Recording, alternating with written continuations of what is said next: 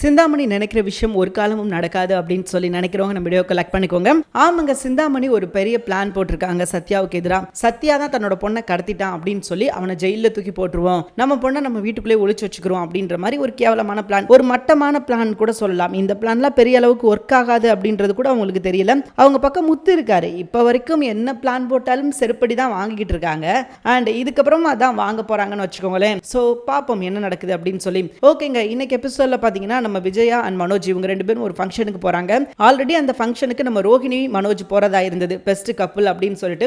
ஆனா அங்க நம்ம விஜயா மனோஜ் வந்திருக்காங்க. எதற்காக அப்படின்னா பெஸ்ட் சன் அண்ட் மாம் அப்படின்னு சொல்லி அவார்டு வாங்க. அப்போ ஸ்டேஜ்ல வச்சு என்ன சொல்லிடுறாங்க அப்படின்னா, என் பையனுக்கு ஒரு நல்ல பொண்ணா பார்த்துக்கிட்டு இருக்கேன், அது ஒண்ணுதான் என் மனசுல பாரமா இருக்குது, அதை மட்டும் நான் கரெக்டா செஞ்சு முடிச்சிட்டேன்னா என்னோட கடமை முடிஞ்சிருச்சு அப்படின்ற மாதிரி சொல்லிட்டாங்க. அதாவது மனோஜுக்கு கல்யாணம் முடியல அப்படின்ற மாதிரி ஸ்டேஜ்ல சொல்லிட்டாங்க. இப்போ ரோஹிணி போய் மனோஜ் ஸ்டேஜ்ல போய் நிப்பாட்டினா கண்டிப்பா அது மனோஜுக்கும் அசிங்கம், ரோஹிணிக்கு அசிங்கம், விஜயாவுக்கு அசிங்கம் அப்படின்றதுனால ரோஹிணி அதை பெருசா எடுத்துக்கல. அண்ட் போகும்போது ரோஹிணி கிட்ட சவால் விட்டு போறாங்க, இதுக்கப்புறம் என் பையனோட வாழ்க்கையில குறுக்க வந்த அப்புறம் பாத்துக்கோ, நான் மனுஷாவே இருக்க மாட்டேன் அப்படின்ற மாதிரி சொல்லிட்டு போயிடுறாங்க. ரோஹிணிக்கு பயங்கர கோவம், என்னடா இப்படி பண்ணிக்கிட்டு இருக்கா, இவளை தட்டி கேட்க ஆளே இல்லையே அப்படின்னு சொல்லி ஒரு பயங்கர கோவத்துல இருக்காங்க. இன்னைக்கு எபிசோட்ல நடந்த விஷயங்கள் அப்படின்னு பாத்தீங்கன்னா இவ்வளவுதாங்க. அண்ட் இதுக்கு அடுத்த எபிசோட்ல என்ன நடக்குது அப்படின்னு பாத்தீங்கன்னா, நம்ம ரேகா இருக்காங்க இல்லையா, ரேகாக்கு கால் பண்ணி நீ வீட்டுக்கு வந்துரு அப்படின்னு சொல்லி ஆல்ரெடி சொல்லிட்டாங்க. ரேகாவும் கிளம்பிட்டாங்க. சோ ரேகா கிளம்பி நேரா வீட்டுக்கு வர்றாங்க. வீட்டுல வந்தா ரேகா எதிர்பார்த்த விஷயங்கள் வேற, ஆனா இங்க நடக்கிற விஷயங்கள் வேறவா இருக்குது. ரேகா போனை புடிங்கிட்டு வீட்டுக்குள்ள அடைச்சிட்டாங்க. சோ அந்த பினான்சியர் நல்லவரா தான் இருந்தாரு. என்னைக்கு சிந்தாமணி வந்து அவர் மண்டையில கெட்ட விஷயங்களை ஏத்துனாங்களோ அன்னையில இருந்து அவர் எந்த விஷயத்தை யோசிக்காம செய்ய ஆரம்பிச்சிட்டாரு. பட் இது வந்து சீக்கிரமே தெரிய வரும் இதற்கெல்லாம் யார் காரணம் அப்படின்னு சொல்லிட்டு. இப்போ என்ன நடக்குது அப்படின்னு பாத்தீங்கன்னா, போனை புடிங்கி வச்சுட்டு ரேகாவை ரூமுக்குள்ள போட்டு அடைச்சிட்டாங்க. அண்ட் சிந்தாமணி சொன்ன மாதிரி ஏற்கனவே பிளான் பண்ண மாதிரி போலீஸ்ல என்ன கம்ப்ளைண்ட் கொடுத்துட்டாங்க அப்படின்னா, இந்த மாதிரி சத்யா என் பொண்ணை கடத்திட்டான் என்னன்னு பாருங்க அப்படின்னு சொல்லி போலீஸ் ஸ்டேஷன்ல ஒரு கம்ப்ளைண்ட் கொடுத்துறாங்க. சோ உடனே போய் சத்யாவை அரெஸ்ட் பண்ணி ஆக்ஷன் எடுத்து சும்மா அடின்னு அடிக்க ஆரம்பிச்சிடுறாங்க. சந்திராவுக்கு ஒண்ணுமே புரியல, என்னடா திடீர்னு வந்தாங்க, கைது பண்ணி கூட்டு போறாங்க, போட்டு அடிக்கிறாங்க, என்ன நடந்தது அப்படின்னு சொல்லி அவங்க யூகிக்குள்ளேயும் சத்யா சொல்றாரு, சார் எனக்கு எதுவும் தெரியாது சார், அவங்க எங்க இருக்காங்கன்னு கூட எனக்கு தெரியாது சார் அப்படின்னு சொல்லி எவ்வளவோ சொல்றாரு. பட் அது கேட்கவே இல்லை.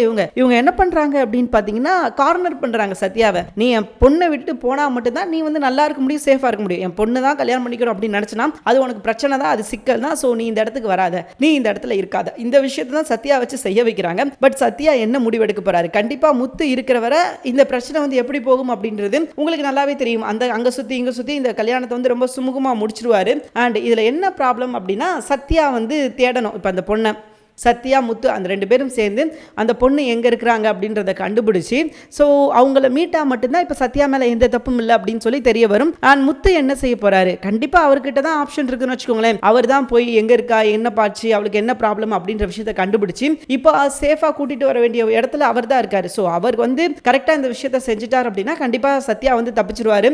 அண்ட் அவர் ஏதாவது ஒரு விஷயத்தில் சொதப்புனாருன்னா கண்டிப்பாக அது சத்யாவுக்கு தான் சிக்கல். ஸோ அந்த மாதிரி செய்ய மாட்டார் அப்படின்னு சொல்லலாம். இப்போ எல்லாருமே பார்த்தீங்கன்னா முத்துவை தான் குறை சொல்றாங்க.